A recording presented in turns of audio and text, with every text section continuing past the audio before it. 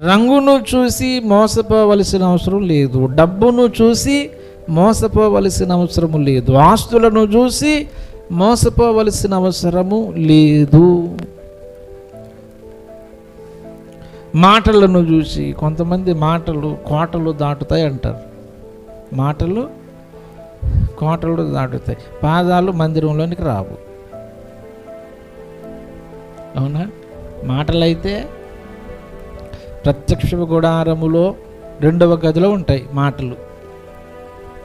ప్రత్యక్ష గుడారంలో ఏముంటాయి? సాక్షాత్తు దేవదేవుని యొక్క వెలుగే ఉంటుంది కదా. దేవుని వెలుగే వచ్చి, అక్కడ దీపస్తంభం ఉండదు. కొంతమంది మాటలు కూడా అట్లానే ఉంటాయి. పాదాలు మాత్రం మందిరాన్ని కూడా తాకలేవు. ఏంటి ఇది?